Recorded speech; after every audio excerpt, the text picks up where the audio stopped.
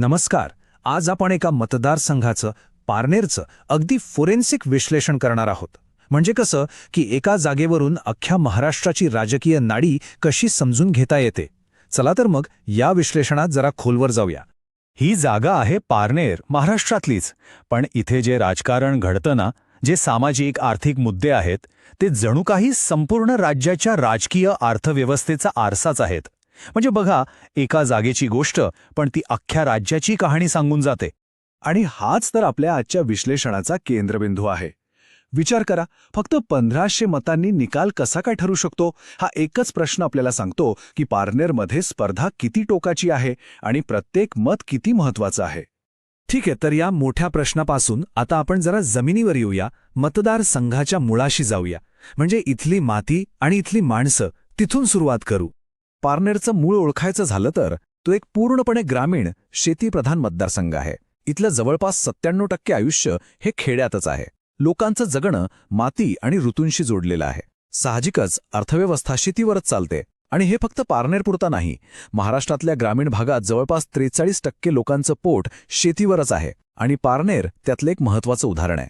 आता इथली सामाजिक रचना बघूया. बहुसंख्या आहेत मराठा, म्हणजे कुणबी शेतकरी. त्यांच्यासोबतच धनगर, माळी असे महत्त्वाचे ओबीसी गटही आहेत. एससी, एसटी समाजही आहे. पण या सगळ्यांना एकत्र बांधून ठेवणारी एक गोष्ट आहे, एक कायमची चिंता, आणि ती म्हणजे पाणी. पाणी आणि सिंचन. खरं तर इथलं सगळं आयुष्य आणि राजकारण या पाण्याच्या प्रश्नाभोवतीच फिरतं. आणि अशा परिस्थितीत जिथे मुद्दे इतके तीव्र असतात, तिथे मतभेद बाजूला ठेवून एकत्र येऊन संवाद साधणं ही प्रत्येक नागरिकाची जबाबदारी बनते. हे आपल्या संविधानाच्या मूल्यांशी जोडणारं आहे. चला आता जरा आकडे बघूया. हे आकडे तुम्हाला सांगतील की इथलं राजकारण किती अस्थिर आणि काठावरचं आहे. एकूण मतदार किती? तर साधारणपणे 3.5 लाख एवढ्या मतदारांचा हा मतदारसंघ आहे. आणि यातले तब्बल 70% जास्त लोक मतदान करतात. विचार करा, हा आकडा काय दाखवतो? तर इथले लोक राजकारणात किती सक्रिय आहेत, किती जागरूक आहेत, हेच यातून दिसतं. आणि आता तो आकडा जो सगळी कहाणी सांगतो, विजयाचं अंतर फक्त 1526 मतं. हो, फक्त 1526 मतं. या एका आकड्यावरून तुम्हाला कळेल की ही लढत किती अटीतटीची असते आणि इथे एका मताची किंमत काय आहे. बरं, तर आता या जागेचं विश्लेषण आणखी खोलवर करूया. एक स्विंग सीट म्हणजे काय ते समजून घेऊया. इथले लोक, हे आकडे आणि त्यांच्या मागच्या राजकीय शक्ती, या सगळ्यांचा एकमेकांशी काय संबंध आहे ते पाहूया. पारनेरचा राजकीय इतिहास बघितला ना तर तो खूपच अस्थिर आहे. बघा, 2009 मध्ये शिवसेनेचं वर्चस्व सुरू झालं. 2014 मध्ये राष्ट्रवादीची मतं फार 22-23% आली. पण मग 2019 मध्ये काय झालं? अविभाजित राष्ट्रवादीने थेट 61% मतं घेऊन जागाच फिरवली. आणि आता 2024 मध्ये राष्ट्रवादीत फूट पडली आणि लढत अगदी शेवटच्या क्षणापर्यंत चुरशीची झाली. म्हणजे इथले मतदार कुणा एका पक्षाशी कायमचे बांधील नाहीत, हे स्पष्ट आहे. हेच आकडे आपल्याला तीच गोष्ट पुन्हा सांगतायत. हा ट्रेंड बघा. राष्ट्रवादीची मतं 2014 मध्ये 22.75% घसरली होती.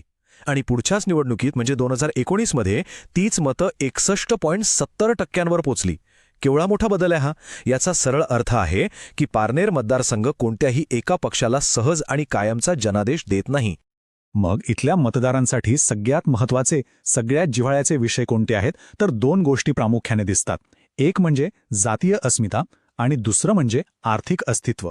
मराठा आरक्षणाचा मुद्दा खूप तीव्र आहे. तसंच धनगर समाजाच्या एसटी आरक्षणाची मागणीही तितकीच महत्त्वाची आहे. आणि या सगळ्याच्या जोडीला आहे शेतकऱ्यांच्या उत्पन्नाचा प्रश्न. ह्याच मुद्द्यांवर इथलं राजकारण फिरतं.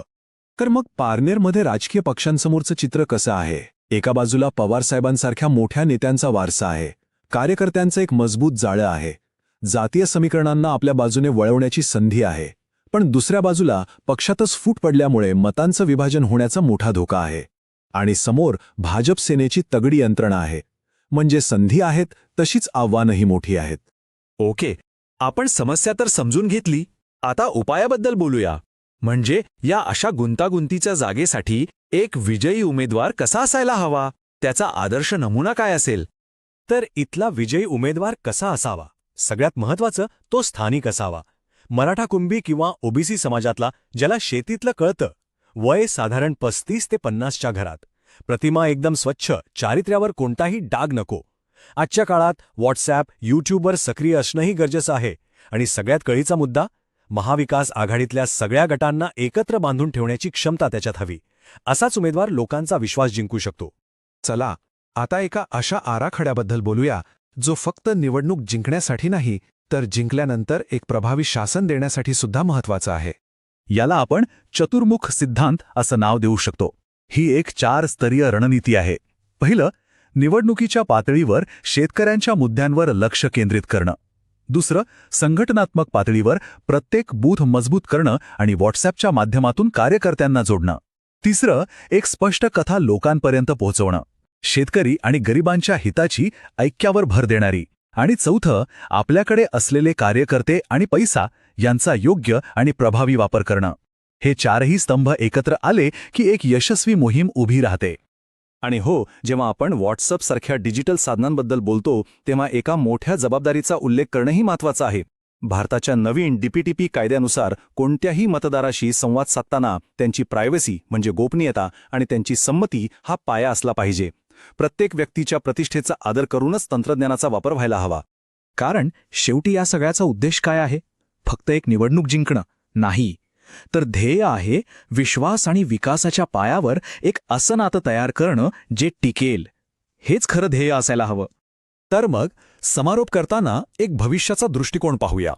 विश्वास, विकास आणि विजय या तिन्ही गोष्टी कशा जोडलेल्या आहेत. यातला सर्वात महत्त्वाचा संदेश हाच आहे की तुम्ही कितीही डेटा आधारित धोरण आखा ते शेवटी लोकांच्या सेवेसाठीच असलं पाहिजे. तर मग अंतिम शिफारसी काय असतील? 1. विश्वास आणि विकास ही गोष्ट लोकांच्या मनात ठसवा. 2. जमिनीवर महाविकास आघाडीत पूर्ण एकजूट ठेवा. 3. शेतकरी संघटना, महिला बचत गट अशा संस्थांना सोबत घ्या. आणि 4. स्थानिक कारभारात पूर्णपणे पारदर्शकता ठेवा. याच गोष्टी तुम्हाला फक्त विजय नाही तर यशस्वी शासनही देतील. आणि जाता जाता एक प्रश्न तुमच्यासाठी सोडून जातो. आजचं राजकारण खूप विखुरलेलं आहे, नाही का? मग अशा काळात डेटावर आधारित पण लोकांच्या गरजांना प्राधान्य देणारं सरकार हाच एक स्थिर जनादेश मिळवण्याचा एकमेव मार्ग उरला आहे का? विचार करण्यासारखा प्रश्न आहे. तुम्हाला लोककेंद्रित नेता बनायचे असेल आणि तुमच्या मतदारसंघाचा विकास करायचा असेल तर blueprintstrategies.ai वर mgr@blueprintstrategies.ai येथे संपर्क साधा किंवा 0804 20 716 2 वर कॉल करा. राजकारणापलीकडचा उद्देश.